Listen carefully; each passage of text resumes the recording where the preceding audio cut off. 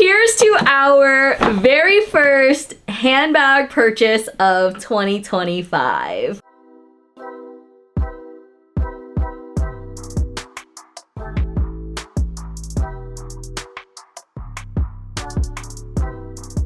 Hi guys, welcome back to my channel. My name is Celesta. We talk about all things luxury shopping and handbags. If you love those things, make sure to subscribe, hit that bell notification. I do post videos every week. Okay, so I'm sure you can tell by the title of this video, we have a very exciting unboxing. This is my first handbag purchase of 2025. Technically, I didn't purchase it. My friend purchased it, but we'll get into the whole like story time, how much I ended up saving, how much I paid.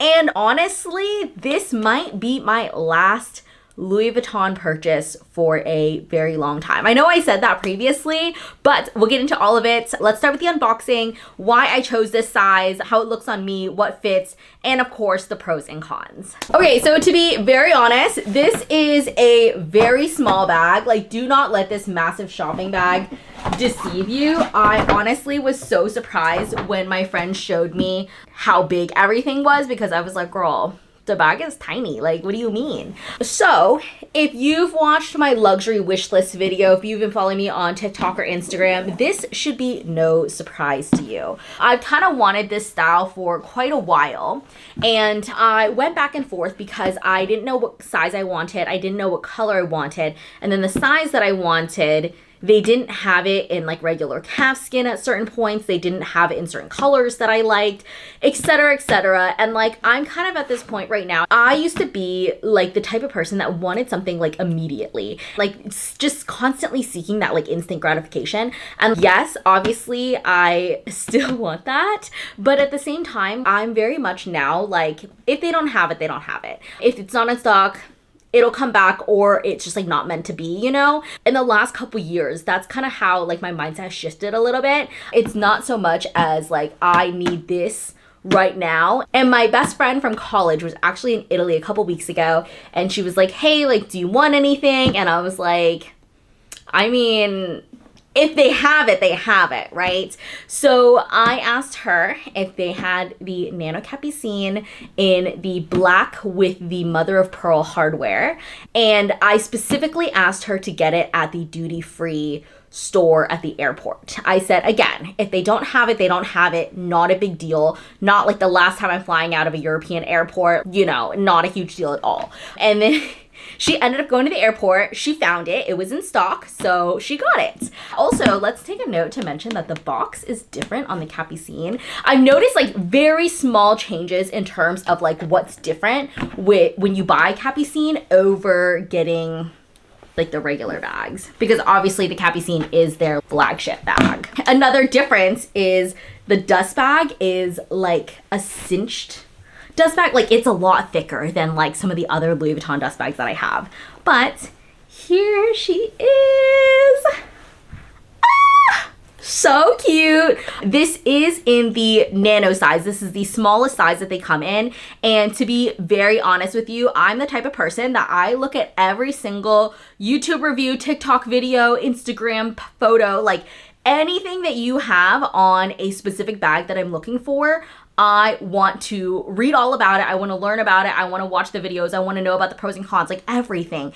And there is no videos on this size, which is crazy. Like, I cannot be the first person that's buying this size, you know? Like, I know this is a relatively new size, but like, it's been around for a year. Like, someone has had to buy this, right? But there's been no videos, nothing. So I just went with a gut purchase, and I was like, you know what? We're gonna do it. I've been eyeing the Capucines line for such a long time, but I also feel like this is kind of the creme de la creme of Louis Vuitton. Like, I don't really have my eye on any other items at Louis Vuitton at the moment. I feel like this was kind of the last thing that I really wanted. Everything else I either bought or sold, and just like didn't really want enough. So with that said, I think this might be one of my last purchases at Louis Vuitton for a while, unless they come out with something kind of like new limited edition. They did just release the Cherry Blossom, which I could not get my hands on, which again, not meant to be, so totally okay. But this is her. Let me get into how much I saved, because this was insane. So this bag currently retails for $59.50 here in the US. I live in an area where sales tax is about 10 or so. So that brings the total a little bit over $6,500 after tax. This bag is 5,100 euros if you were to buy this in Europe or anywhere where they have the euro currency. UK is obviously a little bit different. They don't use the euro, but pretty much for the most part, I've looked across like different countries that use the euro, Spain, France, Italy, you know, et cetera, et cetera. They kind of use, it's the same price. However, the VAT refund does change depending on your departing country. I have a whole video on that. I'll leave it on the screen and in the description box below if you guys are interested in that. But typically with France and Italy, I feel like it's around 12%. So I always average around 12%, and if it happens to be a little bit higher, then like extra money, you know? But if I were to get this at the regular store in the city center, not at the airport, averaging with a 12% VAT refund, I would have paid $44.80 after the VAT refund. However, this was $41.80 at the airport, and then converting that to the US dollar, I paid her back $43.95. So that saved me $2,150, which is, that's a whole bag. That's a whole never full, you know? I said this so many times. I love this style. I just don't think it's worth the US retail price. Like if I'm only buying this bag, and realistically I'm only buying one, I don't think I'm gonna buy multiple of the same style and different like variations of one. I know a lot of like collectors do that. I don't think I'm at that point yet, but if I'm only buying one, I'm not buying it here in the US. I'm gonna buy it in Europe. I try to do that if I can, always an excuse to shop. But if it's like for a $2,000 bag, like the savings is significant, don't get me wrong, but it's not $2,000 significant. You know what I mean? So that's why I opted to get this in Europe, or have my friend get it in Europe with the significant amount of savings. I also wanted to talk about like how this fits on me, why I chose this size over the mini size, because the mini size is a lot more popular. They also have a lot of other color variations. And if you were following me for a while, I was hesitant on getting this bag in black because I know down the road, hopefully sooner rather than later, I want to get a Birkin 25 black with gold hardware in calfskin. So like it's gonna look very similar, obviously bigger than this, but it's like another black bag that I'm adding to my collection. And it's like, how many black bags do you really need? And I already acknowledge I have a ton. So with that said, I was hoping to find this in a different color variation. Last year on my bachelorette trip, I saw this in a white cream base with a light blue like flap here. And I was so close to getting it, but I just got the Nano Speedy in light blue. So it didn't make sense to buy yet another light blue bag. And I was kind of waiting like, oh, maybe if they just had an all cream color, that would be cute. Maybe a light pink. Never happened. They did have some in like exotics. They had some ostrich, they had some like alligator. Like I went to so many different stores looking for this bag in different variations, and they just didn't have the one that I really wanted. So I was like, you know what, I'm just gonna get the black. Black is very chic. It's gonna be classic. And I actually just used this for a wedding last night. But by the time you see this, it won't be last night, but it's fine. So in terms of like how it fits on me, I tried on both the mini and the nano, and I feel like the nano just looks a little bit cuter on me. And I like that if I'm gonna be buying a statement bag, I want it to be a statement. Like I acknowledge that this is stupidly small, it doesn't fit a ton, which we can get into. But I also feel like with the mini, they had a lot of other color variations, but at the same time, a lot of those colors had actually like a thicker leather strap, which that was a deal breaker for me because it was not adjustable and it was just too long. So I needed a bag that didn't have the thick strap as well. So there were like a lot of factors I was considering getting this bag. And I know I'm not usually this picky, but I also feel like if you're spending $6,000 on a bag, technically I spent 4, but like the retail price for this bag is $6,000. Like I want to be very particular about what I want. So there were a lot of factors into like deciding which size. I ultimately decided on the nano size, and this is the one we picked. I want to show you guys what fits. It's going to be very quick because not a lot of fits in here, but let's get into it. Okay, here is everything that fits in the Nano Capucine, which is the smallest Capucine line. I have a regular iPhone 16 Pro, and I mean, technically it fits, but it doesn't really fit. I do have some sunglasses. These are kind of the smaller sunglasses that I own, to be honest, and I am able to shove them in there, but I feel like they're a little bit more flexible. I am using a smaller card holder because the Chanel card holder fits, but it takes up a lot more space. And then I kind of have some mini like beauty products like lip gloss, sunscreen, things like that, like, let's be so for real, like, this is as small as it gets. I am in my contacts era, so a little contacts eye drop, have some perfume and setting spray as well. That is pretty much it. She is packed to the brim, not much, but it fits. Let's hop into the pros and cons. I feel like I have quite a few thoughts on this bag. I'm not gonna lie. This is not my first time unboxing it. I've actually had this bag for a couple weeks now, and I took it actually to Tahoe. So if you watch the Tahoe vlog very closely, you'll actually see it in like a couple clips. And then after that, I didn't really use that bag that much, but then we just had a wedding last night, and I wore it with that outfit. So this is not my first time unboxing this. I've used it a couple times. I feel like I've gotten a general understanding of how I like to wear it, how it fits into my lifestyle, if you will, and a general understanding of the pros and cons, because obviously I want to be very transparent with you. Of course, if you're obviously considering getting the Nano Capucines, you might as well have all the information so you can make a more informed decision.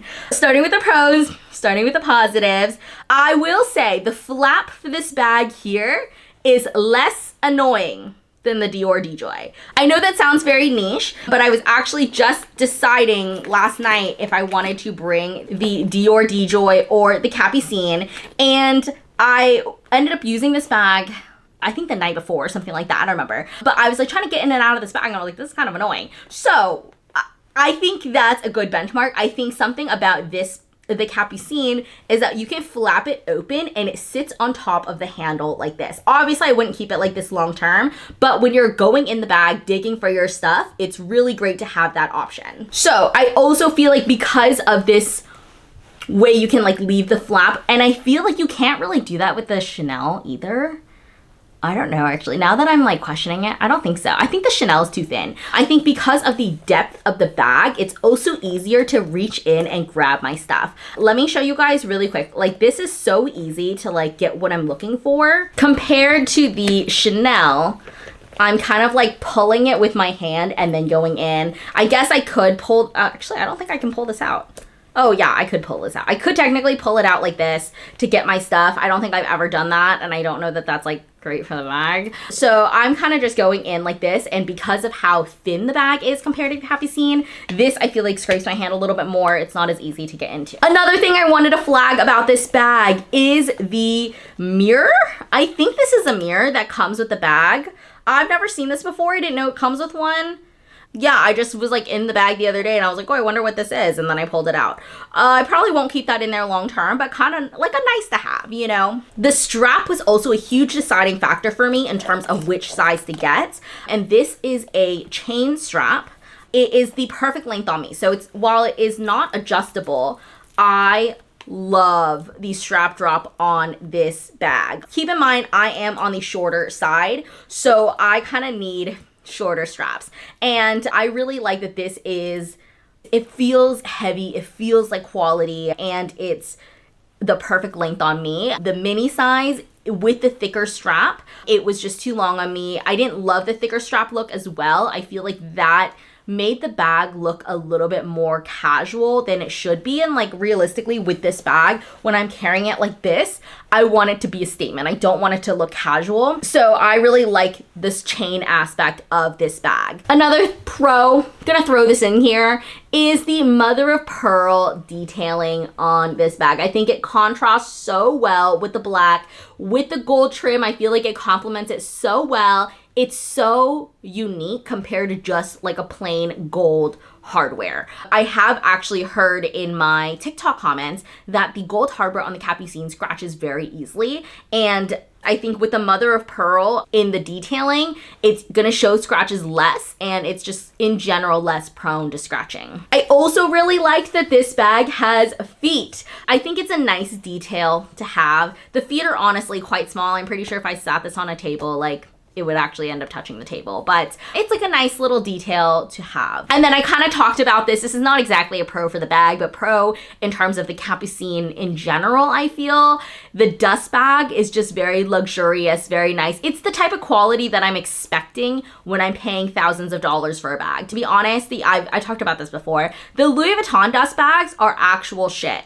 Like the original Polène dust bags that used to be kind of this thicker felt material, again, with kind of the pull string dust bag, amazing, chef's kiss. The thin little cotton Louis Vuitton ones, trash. So I like that they had like a little bit of an elevated look for the packaging of this bag, which you kind of expect when you're buying a flagship bag. However, we also have a ton of cons for this bag. And like, we can be so honest between us. I did not buy this bag because it's practical. I knew it wasn't gonna be practical, but I think I should be transparent with you in terms of what is and isn't practical about the bag, you know? Starting with the obvious, this bag is small AF. It is so tiny. My phone doesn't fit in here. Yesterday at the wedding, I was like, oh, I kind of don't have enough hands because my phone is in my hands like this. I'm holding on to a glass of wine, and then I was carrying this bag as a top handle. So we're limited on hand space.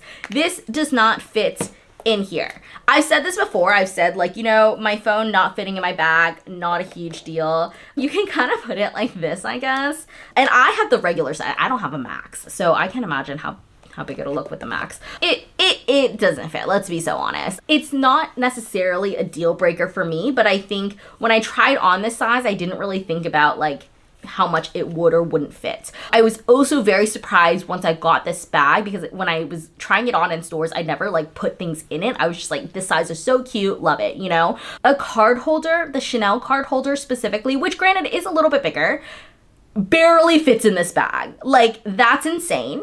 I might have to, like, moving forward, not use a card holder and just stick my cards in there. And I think part of the reason why this bag is limited in space is because there's a middle divider. I don't know if you guys can see that with the handle there, but there is a middle divider in this bag, which obviously limits the capacity of stuff you can fit in here. I also noticed that this bag falls over a lot. I think it's very front heavy. It's the same thing with my Dior DJoy. It's very front heavy, so it ends up like falling over. I was very delicate with the first couple times that I used this bag, so if I had a feeling it was gonna fall over, I just set it down on its side. I think when I'm home, I'm not gonna knock into it, you know, whatever, I'll let it sit up straight. But when we were at like a restaurant, when we were at the wedding, I just like put it face down because I just like, I didn't want to topple over, and then once it topples over, then it's gonna fall on the ground and it's like a whole thing. I also feel like the top handle for this bag is too small to wear on the crook of your arm. Like, you can squeeze it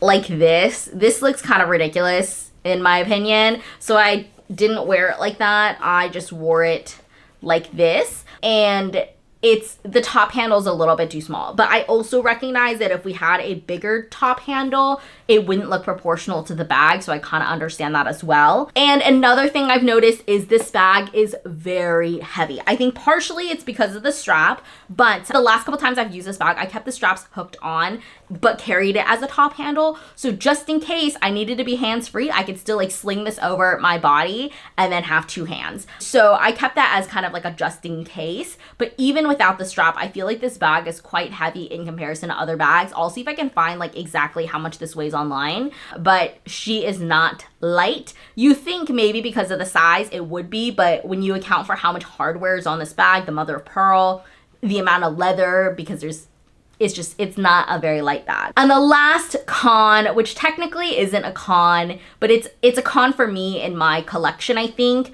I just didn't need another black bag. I have so many black bags. I don't even know off the top of my head how many black bags I have in my collection. And especially considering that my next Hermes handbag purchase is going to be a Birkin 25 in black with gold hardware. Either praying to the Hermes gods or maybe a secondhand reseller wants to find me one. I just don't have a need for another black bag, but they didn't have any other colors. I was tired of waiting around. I've waited for this bag for over a year at this point. So that's why I ended up ultimately pulling the trigger. And I think because of that, I don't know that this is going to be a forever piece in my collection. And I say that a lot. I think a lot of the items that I have, part of the perks of buying designer handbags is that they retain their value quite well, decently well. So it's not like you pay $6,000 for a bag, all $6,000 are gone. You usually can resell and get back most of what you paid if you ever decide to change your mind. So not the end of the world, not something I'm thinking of at the moment. I think right now I'm really just like focusing on enjoying the bag, loving the bag. I've had so much fun with it so far,